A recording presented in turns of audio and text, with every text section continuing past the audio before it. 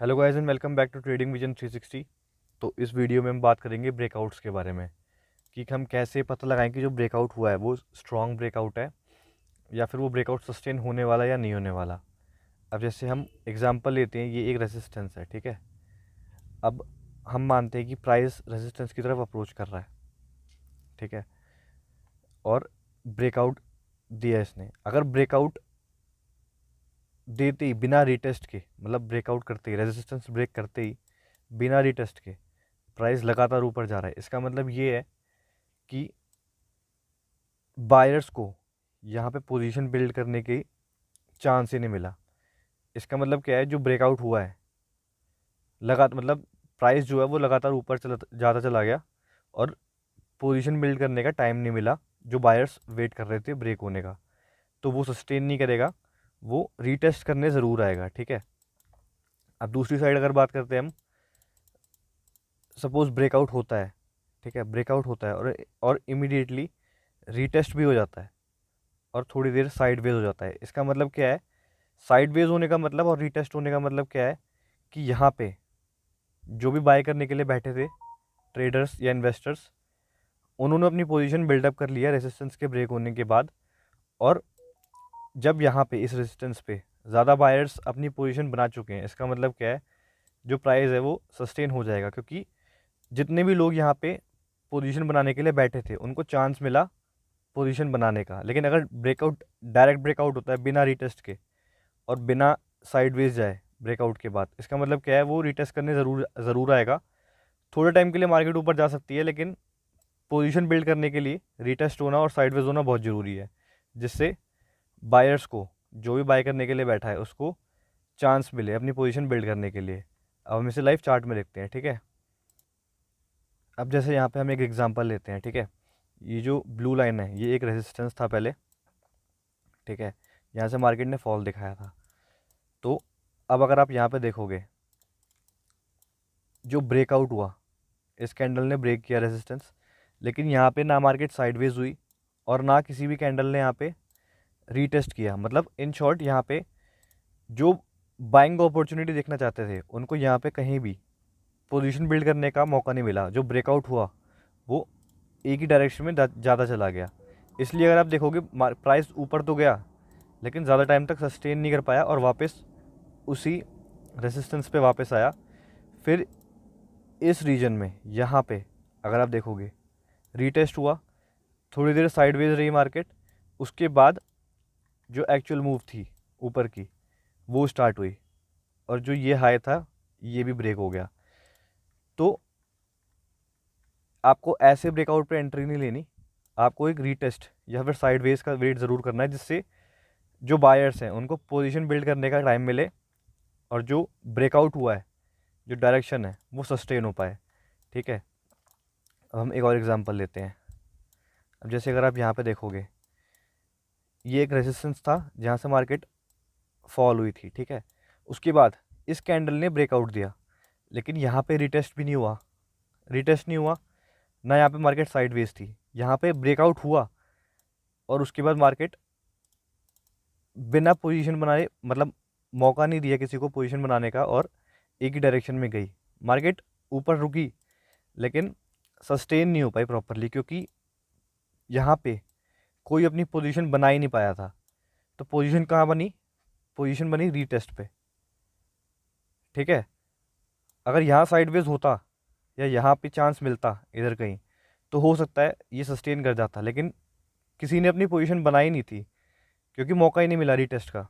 इसलिए प्राइस ऊपर तो गया लेकिन वापस फॉल आ गया एक, और उसी रेसिस्टेंस पे जो सपोर्ट का काम करेगा। और यहाँ पे अगर आप देखोगे, यहाँ पे फिर थोड़ी देर मार्केट रुकी, यहाँ पे जितने भी बायर्स थे उन्होंने इस रीटेस्ट पे अपनी पोजीशन बनाई और इस वजह से ये जो ट्रेंड था ये सस्टेन हो पाया, क्योंकि फाइनली जो पोजीशन बिल्डअप हुई वो यहाँ पे हुई। यहाँ पे क्योंकि यहाँ पे रीटेस्ट हुआ, यहाँ पे चांस ही नहीं मिला लोगों को अपनी पोजीशन बनाने का।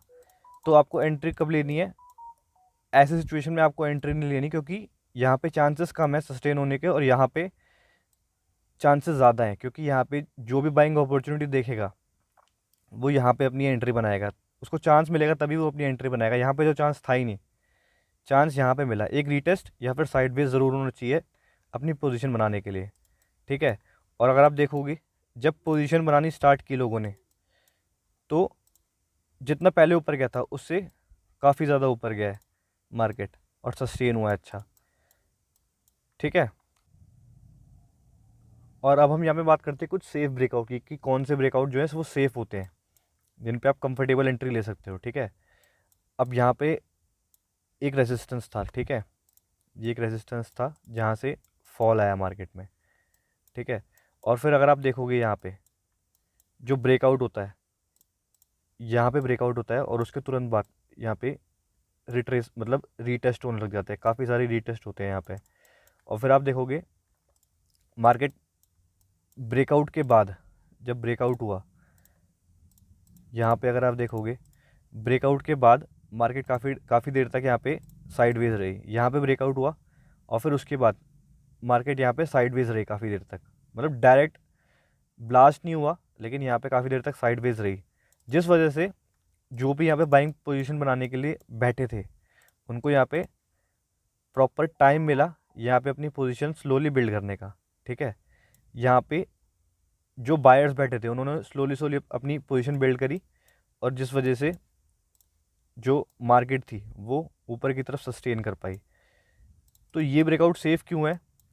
क्योंकि प्रीवियस ब्रेकआउट में हमने देखा था वो डायरेक्ट ब्लास्ट हो रहा था, वहाँ पे कोई रीटेस्ट नहीं था, कोई साइडवेज नहीं था, जिस वजह से अपनी पोजीशन मार्केट में बना पाए बायर्स। लेकिन यहाँ पे क्या हो रहा है, ब्रेकआउट सेफ हो रहा है, ठीक है, और काफ़ी सारे रीटेस्ट हो रहे हैं जो इस ब्रेकआउट पे बायर्स को अपनी पोजीशन मेंटेन करने का, बनाने का चांस दे रहे हैं, जिस वजह से ये ब्रेकआउट अगर आप देखोगे जिन लोगों ने भी बाय किया वो सस्टेन हुआ, क्योंकि यहाँ पे काफ़ी सारे बायर्स अवेलेबल थे, ठीक है। अब हम एक और एग्जांपल देखते हैं। अब जैसे यहाँ पे एक रेजिस्टेंस था, ठीक है, ये एक रेजिस्टेंस था जहाँ से मार्केट ने फॉल दिया और फिर उसके बाद उसी रेजिस्टेंस के पास से फॉल दिया।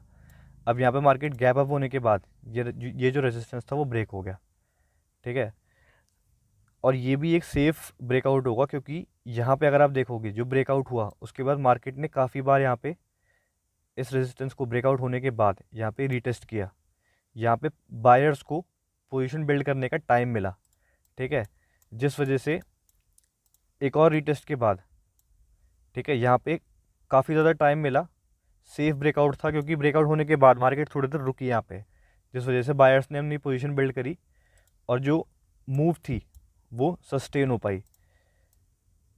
तो कहने का मतलब क्या है, अगर मार्केट ब्रेकआउट के बाद साइडवेज रहती है और ब्रेकआउट के बाद रुकती है, वहाँ पे पोजीशन बिल्ड करने का मौका मिल जाता है बायर्स को। अगर मार्केट डायरेक्ट ब्लास्ट होकर निकलती है तो यहाँ पे कोई पोजीशन बिल्ड कर ही नहीं पाएगा। यहाँ पे लोगों ने पोजीशन बिल्ड करी बायर्स ने, जिस वजह से मार्केट गिरी नहीं और सस्टेन हुई, ठीक है। अब कुछ और एग्जांपल देखते हैं।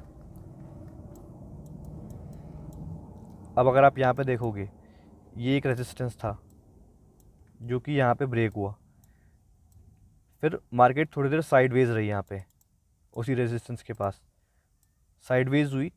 यहाँ पे जितने भी लोग बाय कर रहे थे उनको एक अपॉर्चुनिटी मिली, उनको टाइम मिला अपनी पोजीशन बिल्डअप करने का, ठीक है। तो इस साइडवेज पे रेजिस्टेंस ब्रेक होने के बाद बायर्स ने अपनी पोजीशन बिल्ड करी, जिस वजह से जो ये ट्रेंड है वो ऊपर सस्टेन हो पाया और एकदम से फॉल नहीं आया। तो कहने का मतलब क्या है, अगर रेजिस्टेंस ब्रेक होने के बाद बायर्स को टाइम मिल रहा है तो चांसेस ज़्यादा हैं कि जो ब्रेकआउट हुआ है वो सस्टेन होगा, ठीक है। नहीं तो अगर ऐसे ब्लास्ट के साथ ब्रेक हो रहा है तो इसका मतलब क्या है, वो एक शॉर्ट टर्म के लिए डायरेक्शन है लेकिन वो ड्रॉप ज़रूर होगा रीटेस्ट करने के लिए। इसलिए सेफ ब्रेकआउट कौन सा होता है, या तो मार्केट साइडवेज होनी चाहिए ब्रेकआउट के बाद जिससे बायर्स अपनी पोजीशन बिल्ड करें और वो एंट्री सेफ हो, या फिर एक छोटा सा रीटेस्ट होना चाहिए। अगर रीटेस्ट नहीं है, ब्लास्ट है, तो वो मूव बड़ी ज़रूर होगी लेकिन वो सस्टेन नहीं करेगी और फॉल आएगा, क्योंकि उसे रीटेस्ट करने के लिए, जिससे लोग अपनी पोजीशन बिल्ड कर सकें। तो आई होप आपको क्लियर हुआ होगा कि कौन से ब्रेकआउट पे एंट्री लेनी है और कौन से ब्रेकआउट पे वेट करना है, ठीक है। सेफ ब्रेकआउट वही है जहाँ पे मार्केट साइडवेज हो या रीटेस्ट हो, क्योंकि उसमें टाइम मिल जाता है पोजीशन बिल्ड करने का। लेकिन अगर ब्रेकआउट ब्लास्ट की तरह हो रहा है, कोई टेस्ट नहीं है, कोई कुछ नहीं है, इसका मतलब क्या है, वहाँ पे पोजीशन बिल्डअप नहीं हुई है बायर्स की, और चांसेस हैं कि जो मार्केट है वो ऊपर सस्टेन नहीं करेगी और फॉल आ सकता है। तो आई होप आपको वीडियो में काफ़ी कुछ क्लियर हुआ होगा। तो मिलते हैं अगली वीडियो में। Till then you can subscribe my YouTube channel. Thank you.